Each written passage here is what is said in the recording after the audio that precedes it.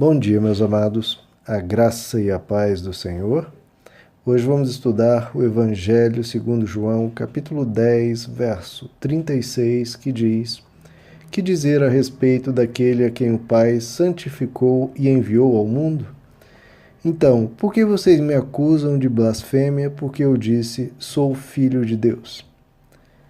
Bom, aqui Jesus continua a sua argumentação, lembrando que nos versos anteriores ele mostrou que as próprias Escrituras, especificamente no Salmo 82, chama a juízes, a governadores de deuses, entre aspas, né?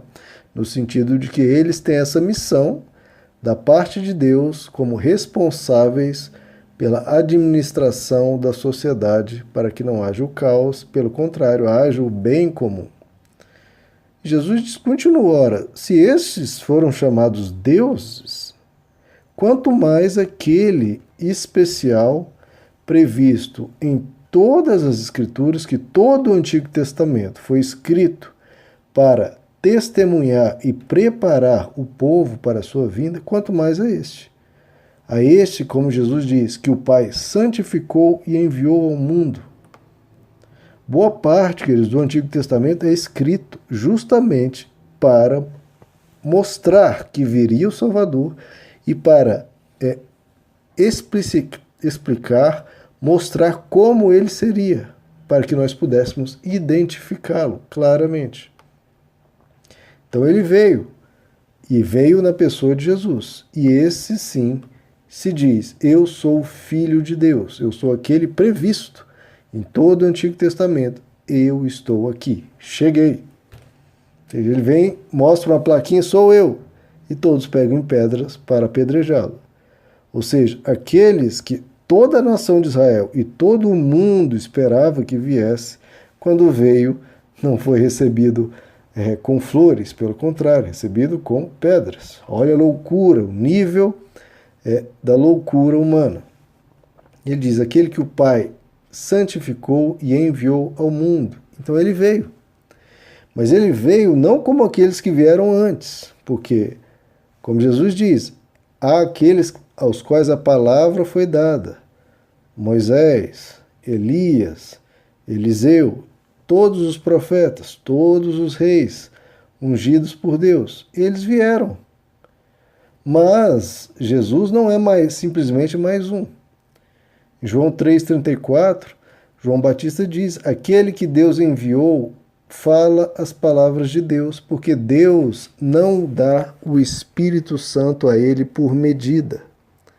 Então veja só, os que vieram antes tinham uma medida do Espírito Santo derramada sobre eles. Cada um tinha um certo nível de espiritualidade, uma certa medida de unção lhes dada por Deus. Agora Jesus, ele não tinha medida, não foi dado a presença do Espírito Santo numa determinada medida, não. Nele habitava corporalmente a plenitude, toda a divindade estava nele.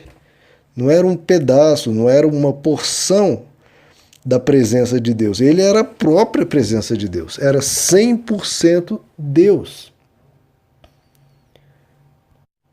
Então, aqui ele não está dizendo, eu sou mais um, não. Ele diz, se todos os que vieram antes já tinham uma autoridade especial para serem chamados representantes de Deus, quanto mais quando aquele que veio previsto em todo o Antigo Testamento e chega, quanto mais a mim.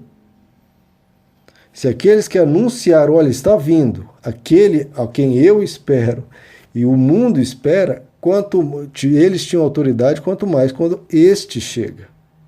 Moisés, Elias, Eliseu, todos esses se ajoelham perante Jesus. O próprio Davi chama de Senhor o Messias que viria. Em João capítulo 3, João Batista ainda diz, aquele que vem de cima está sobre todos. Aquele que vem da terra é da terra e fala da terra. Aquele que vem do céu é sobre todos. Então veja só, todos os demais eram terrenos, tinham conhecimento parciais, incompletos, muitas vezes muito incompletos, da verdade sobre Deus. Agora Jesus não, ele está acima de todos, porque ele conhecia a verdade, conhecia a Deus, conhecia a eternidade de forma plena. Então ele é infinitamente superior aos antigos meros portadores das mensagens, porque ele é a própria mensagem encarnada, ele é o próprio Deus encarnado.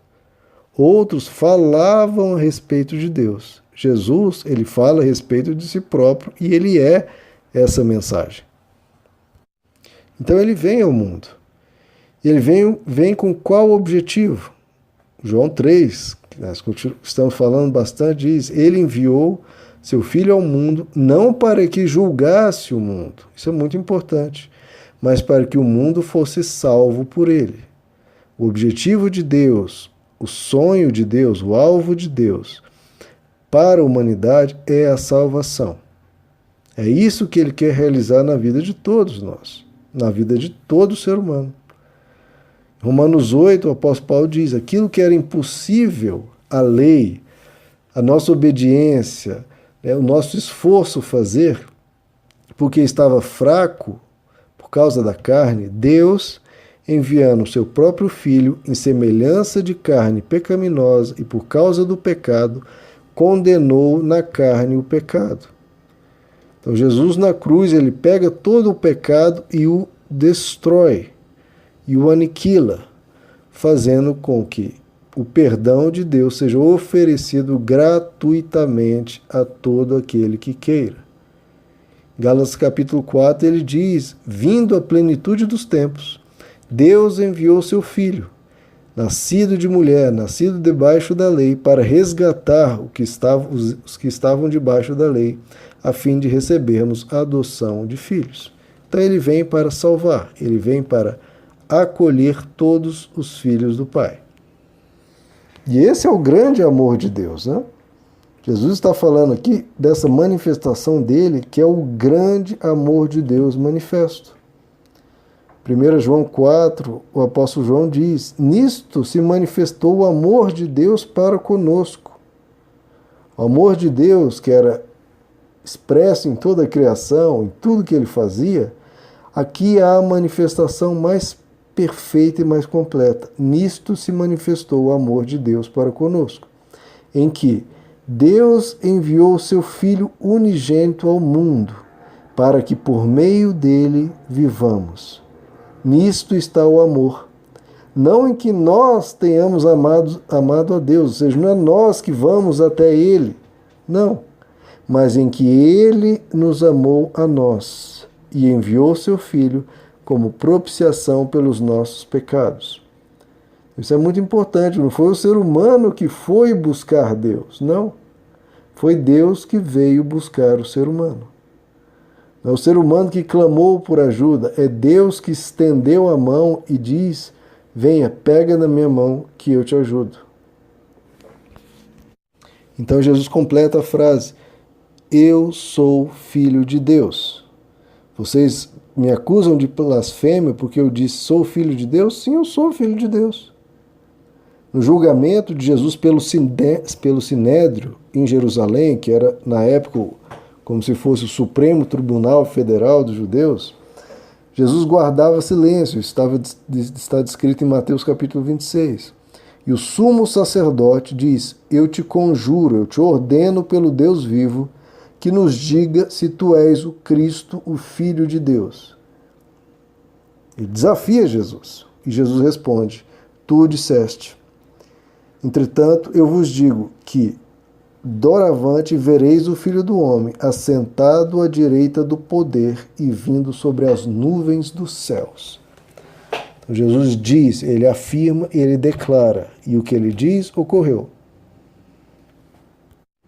Em Romanos capítulo 1, o apóstolo Paulo diz: ele, Jesus, foi declarado Filho de Deus com poder, segundo o Espírito de Santidade, pela ressurreição dentre os mortos.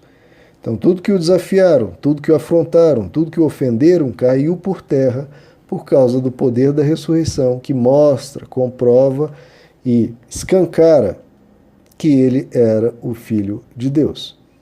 E tudo isso que nós estamos estudando, tudo isso que estamos lendo juntos, é para que nós venhamos a crer. Num dos últimos versos do Evangelho de João, o apóstolo vai dizer: Jesus, na verdade, operou na presença dos seus discípulos ainda muitos outros sinais que não estão escritos neste livro. Os que aqui estão escritos para que creiais que Jesus é o Cristo, o Filho de Deus, e para que, crendo, tenham vida em seu nome. Então, creia no que ele diz, eu sou o Filho de Deus. Creia quando ele diz, eu sou a solução. Creia quando ele diz, eu sou o caminho, verdade e vida. Creiam para que tenham vida em seu nome. Meus amados, que Deus os abençoe. A graça e a paz do Senhor.